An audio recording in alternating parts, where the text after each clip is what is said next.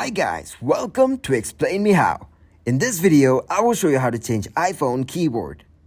To start, open your Messages app. Now tap on the Compose button. After that, tap and hold the globe icon on the bottom left. Here you will see 3 different keyboard options to choose from.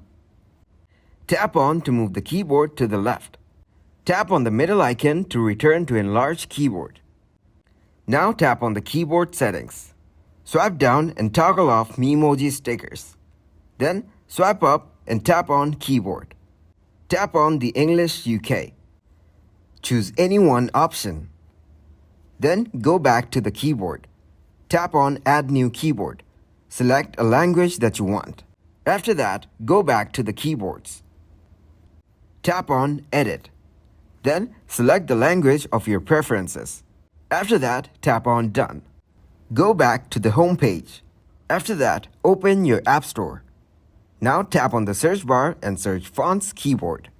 Once you're here, just tap on Get on the Fonts app and then just download and install the app. Thanks for watching the video. I hope it was useful. Make sure to drop a like and subscribe to get notified about new videos. We're dropping new videos every day to help all of you.